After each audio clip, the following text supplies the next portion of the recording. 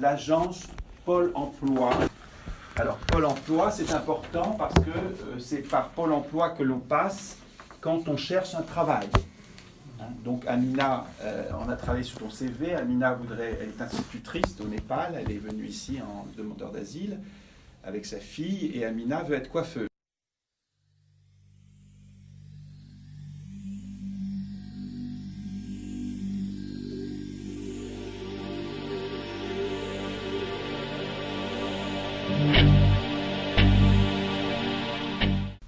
Bonjour, il est 9h30 du matin, on est mardi, et comme toutes les semaines, 4 fois par semaine, l'atelier socio-linguistique d'Elisabeth et Jean-Louis commence.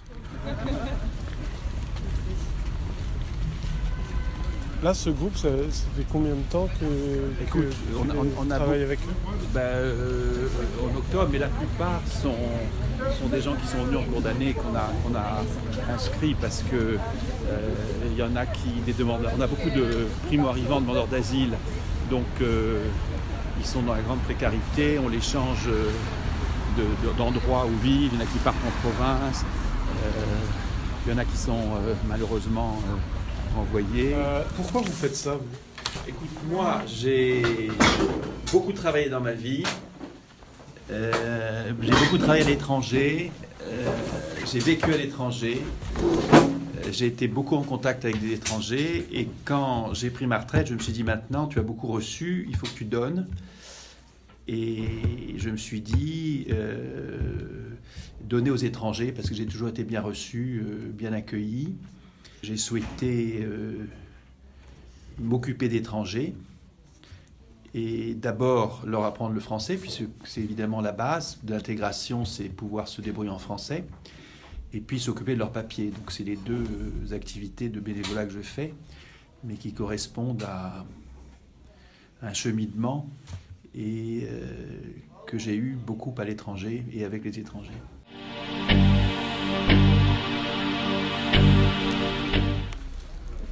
Amina, vous êtes déjà venu avec Jean-Louis visiter comme ici, venir découvrir un endroit?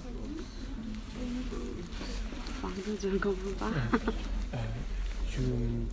With Jean-Louis, have you ever visit places like that? Oui, à mairie. À la mairie? À la mairie.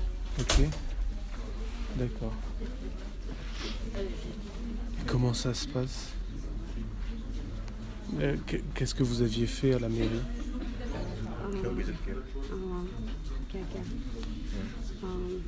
He explained us that there we can get the that donation, paper of that donations, marriage certificate, and so many other papers that we can take from there. Okay. And that's it. I understood that time. L'objectif, c'est que les personnes puissent voir en fait l'activité en accueil, enfin en ASLA. Mais comment on s'inscrit, à quoi sert son compte personnel. À l'heure actuelle, vous avez, par le biais de ce type d'écran, accès en fait à tout ce qui va concerner votre partie espace personnel et la partie des offres d'emploi. D'accord? Ici, vous avez des menus. J'accède à mon espace. Il suffit de cliquer. Quand vous êtes inscrit en tant que demandeur d'emploi, vous avez l'obligation de vous actualiser tous les mois dès lors que vous êtes toujours à la recherche d'un emploi. L'actualisation, ça permet de savoir ce que vous avez fait pendant le mois passé. Vous avez travaillé, oui ou non? Vous avez été en formation, oui ou non? Vous avez été en arrêt, oui ou non? Ça nous permet de savoir exactement votre situation à la fin du mois et ça renouvelle votre inscription quand vous répondez à la dernière question. Êtes-vous toujours à la recherche d'un emploi? Ça va renouveler l'inscription pour le mois suivant et vous allez recommencer de mois en mois chaque fois. Si vous avez trouvé un emploi et que vous ne souhaitez plus être inscrit, vous indiquez que vous avez retrouvé un emploi et que vous n'êtes plus à la recherche d'un emploi. Est-ce que vous avez des questions? Oui. Ouais. Faut que tu me les renseigner. pour faire un jeu de questions-réponses. Ouais, parce que là, c'est vrai que c'est plus... Donc, tout se fait par Internet. Ou par téléphone. Par téléphone. Ou sinon, vous avez des conseillers qui vous aident, qui vous guident. Généralement, tout est numérisé maintenant. Tout est sur Internet, l'ordinateur. Qu'est-ce qui ne sait pas utiliser Internet? Tu sais utiliser Internet? Oui. Soumaïla? Un peu. Bonjour à tout le monde. Merci. Donc, moi je suis le directeur de ce Pôle emploi sur Jean Moulin. Donc. Nathalie qui vous a fait la présentation et fait partie de l'équipe de réalisation. Est-ce qu'il y a des questions auxquelles on peut répondre? Mohamed, tu avais une question? Tu veux poser une question? Parce que la question que je voulais poser, oui, tu m'as déjà dit, parce que je voulais savoir, à travers les informations sur l'ordinateur, Oui. est-ce qu'on peut avoir accès à le téléphone aussi pour Via le téléphone, tu veux dire? Via le téléphone, oui, via c'est-à-dire il y a des le applications. smartphone. Oui. En fait, ce que je vous ai montré tout à l'heure, donc sur l'écran, vous avez la transcription pour smartphone. Il y a une application qui est Pôle emploi et vous, enfin Pôle emploi et moi, qui permet de retrouver tout ce qu'on a vu. Ok, the question? Vas-y, en anglais, en English, on va traduire. Il est bangladais, il vient d'arriver. Bonjour, je suis Chimon Chakma, Bangladesh. I want to know about the. Is there any training before get the paper?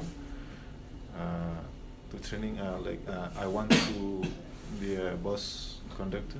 Il veut être chauffeur de bus, il veut savoir s'il y a des formations before getting your paper, Yeah, before. your protection. Yeah, before I getting my Réfugié. Sans avoir forcément les So is it possible to get training for us? Donc avant d'avoir son statut de réfugié, il veut savoir s'il peut avoir une formation, Oui. en particulier pour conduire des bus. Demandeurs d'asile. Les demandeurs pour d'asile. le permis. Depuis combien de temps Avec, avec la nouvelle loi, ils vont pouvoir travailler au bout de 6 mois. Ouais. La nouvelle loi. Avant, c'était 9. Et Alors, formation avant? Est-ce qu'il y a des formations Bah, pour les demandeurs faut aller voir. d'asile qui ont le droit de travailler déjà? Ouais, alors il faut vérifier en fait dans les prérequis systématiquement s'ils acceptent ou pas.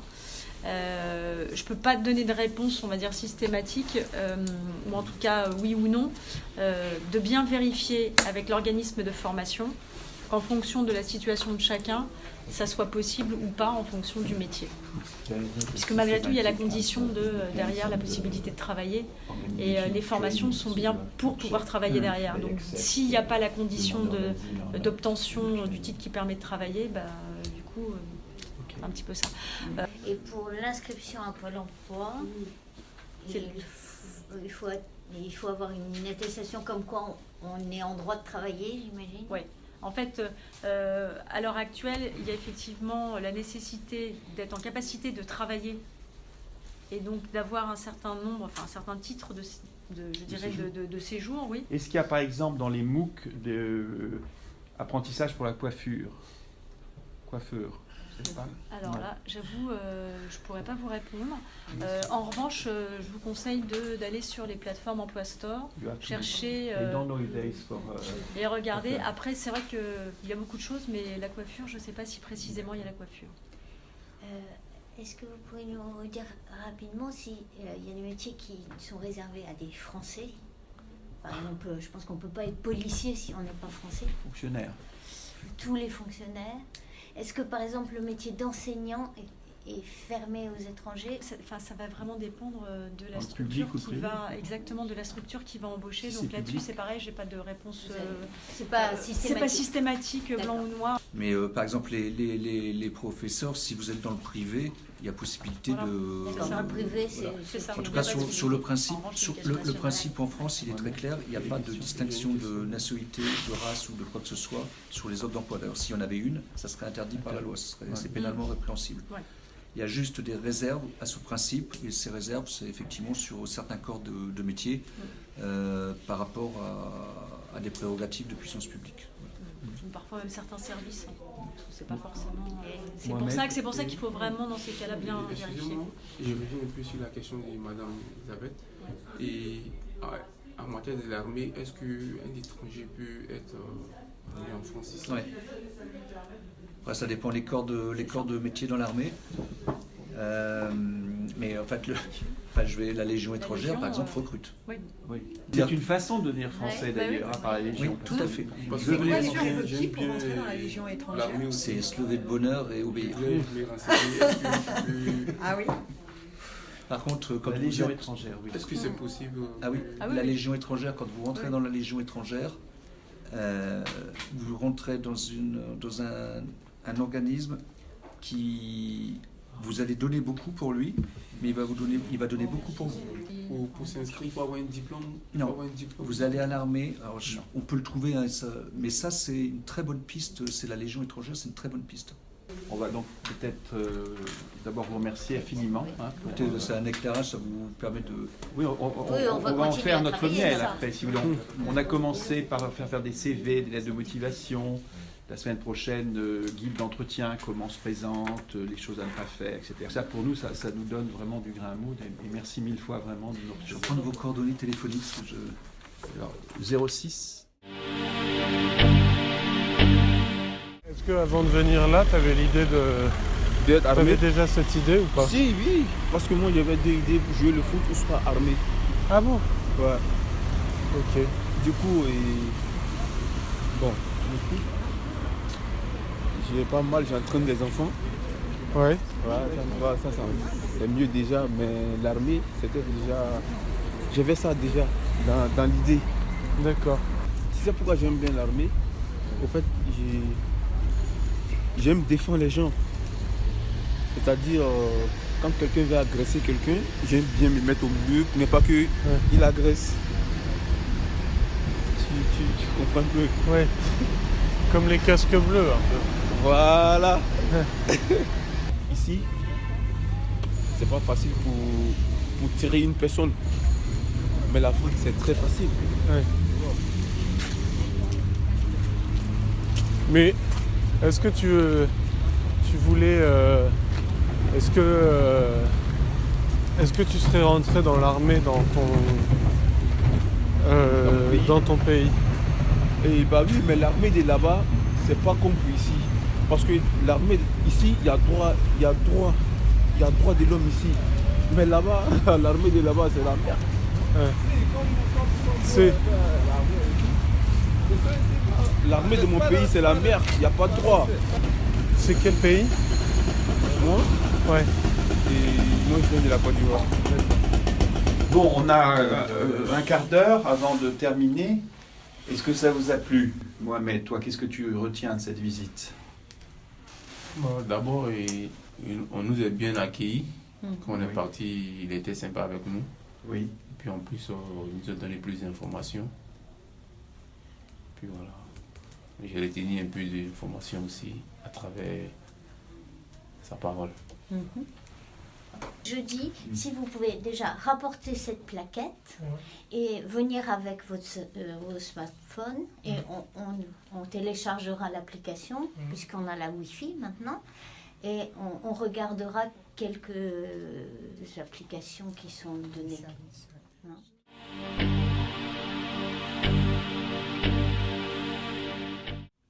C'est important de travailler parce que tu as tes propres besoins. Et dans le futur, tu dois te marier, comment on appelle ça, tu dois t'occuper de tes enfants.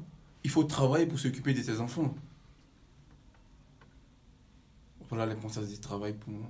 C'est très important de travailler. Si quelqu'un qui ne travaille pas, il ne peut pas vivre comme il veut. Si quelqu'un qui ne travaille pas, il est obligé de voler comment ça s'appelle, il est obligé de voler quelque chose qu'il a besoin. Et si tu travailles, tu peux avoir ce que tu as besoin. Tu te souviens toi-même avec les autres. C'est très important pour travailler en tant qu'on a la santé. C'est obligatoire.